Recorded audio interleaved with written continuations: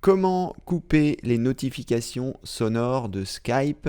C'est ce que nous allons voir dans cette nouvelle vidéo. Bonjour, je suis Cédric du site formation informatique avec Cédric.fr.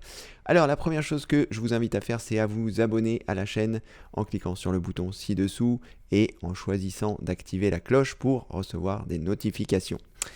Ensuite, nous allons voir évidemment comment désactiver les notifications sonores de Skype. C'est Maria qui me posait cette question il n'y a pas longtemps et je vais vous montrer comment faire. Donc la première chose, c'est de lancer Skype évidemment pour pouvoir avoir accès à l'interface. Et à partir de là, vous allez avoir deux possibilités. Une possibilité temporaire qui va vous permettre, en cliquant sur le symbole vert qui se trouve ici, de pouvoir vous mettre en ne pas déranger, ce qui va avoir pour effet de couper l'ensemble des notifications sonores.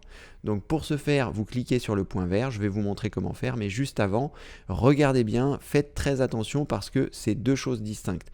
Le fait de cliquer sur votre photo ou le fait de cliquer sur le point vert, ça ne va pas avoir la même action.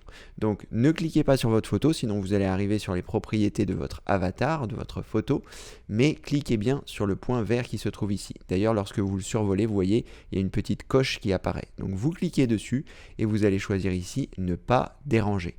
Et à partir de là, une fois que vous avez choisi le statut « Ne pas déranger », il vous le dit, votre présence va être définie sur « Ne pas déranger ». Vous ne serez pas notifié des messages entrants, ne plus m'afficher cette notification ou cliquez sur « OK ». Donc là, vous cliquez sur OK et à partir de là, vous ne serez plus dérangé par les messages entrants. Comme vous pouvez le voir ici, vous avez le petit sens interdit. Vous avez également une option supplémentaire dont je vous parle qui est invisible, c'est-à-dire que vous pouvez choisir d'être invisible sur Skype, c'est-à-dire que les personnes ne vous voient pas connecté, mais vous voyez les personnes connectées.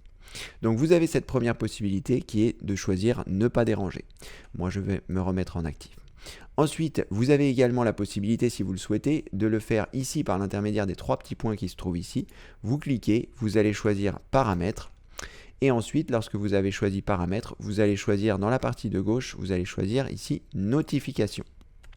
Et dans les notifications, c'est à cet endroit que vous allez avoir la possibilité d'activer ou non les notifications qui vous sont envoyées par Skype, que ce soit les notifications sonores ou les autres. Donc à partir de là, il vous suffit simplement de lire ce que c'est, recevoir des notifications de conversation, recevoir des notifications de push des nouveaux messages. Donc vous survolez et ici, il vous indique ce que c'est normalement. Voilà. Et à partir de là, vous pouvez activer ou désactiver en fonction de ce que vous souhaitez. Donc il vous suffit ensuite simplement de regarder ce que vous souhaitez activer ou désactiver. Et à partir de là, comme ceci, vous aurez désactivé les notifications sonores de l'application Skype si elle vous ennuie. Voilà, c'est à peu près tout pour cette très courte vidéo. En même temps, le sujet était simple. Donc n'hésitez pas, si cette vidéo vous a plu et vous a aidé, à mettre un pouce en l'air. Ça permet que cette vidéo soit mieux référencée et ça permet également que d'autres personnes qui pourraient avoir le même souci que vous puissent retrouver cette vidéo. N'oubliez pas non plus, comme je vous l'indiquais en début de celle-ci, de vous abonner et de cocher la cloche de notification. Je sors énormément de vidéos et vous pouvez vous rendre sur le site formation informatique avec Cédric.fr dont vous trouverez le lien sous cette vidéo, ce qui vous permettra d'arriver sur le site et de le découvrir. Je vous conseille la rubrique formation, toutes mes formations sont gratuites, il y a plus de 800 vidéos pour vous apprendre l'informatique dans tout ce que vous souhaitez apprendre, donc les bases et le vocabulaire, savoir faire des recherches efficaces, savoir sauvegarder les choses de son ordinateur, mais aussi beaucoup de choses très pratiques comme comment monter son PC, comment nettoyer son PC à fond. Bref, vous trouverez tout ça dans la rubrique formation du site formation informatique avec Cédric.fr. N'hésitez pas à le visiter et à en parler autour de vous.